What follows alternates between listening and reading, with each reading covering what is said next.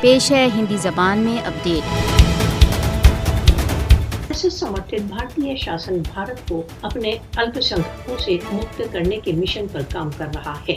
मुसलमान तथा अल्पसंख्यक भारत में निरंतर एक भय की स्थिति में जीवन व्यतीत कर रही हैं।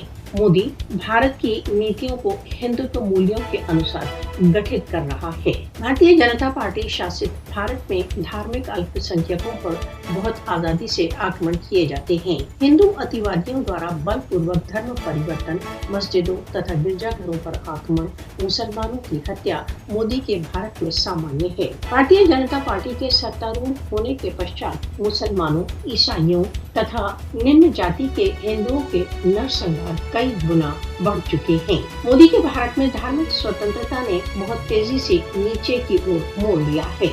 मोदी के भारत में मुसलमानों, सिखों तथा अन्य अल्पसंख्यकों के विरुद्ध अपराध खतरनाक सीमा तक बढ़ गए हैं। भारत में भारतीय जनता पार्टी के नेतृत्व के शासन में अल्पसंख्यकों पर बहुत बलपूर्वक आरएसएस विचारधारा को थोपने का प्रयत्न किया जा रहा है। कश्मीर विरोधी कार्रवाइयाँ, नवीन नागरिक कानून भारतीय जनता पार्टी की भारत विरोधी कार्रवाइयों के स्पष्ट उदाहरण हैं। हत्यात्मक हिंसा संबद्ध सार्वभौमिक विशेषज्ञों ने चेतावनी दी है कि मोदी भारत तथा भारत द्वारा अवैध रूप से अधिकृत जम्मू कश्मीर में मुसलमानों के नरसंहार की तैयारी कर रहा है। भारत में बीजेपी के शासन काल तक भारतीय धार्मिक अल्पसंख्यकों के अधिकार तथा जीवन खतरे में रहेंगे। भारत में धार्मिक अल्पसंख्यकों पर अंधाधुंध आक्रमण सार्वभौमिक समुदाय के लिए एक चैलेंज है। अंतर्राष्ट्रीय मानवाधिकार संगठनों को भारतीय अल्पसंख्यकों तथा कश्मीरी मुसलमानों को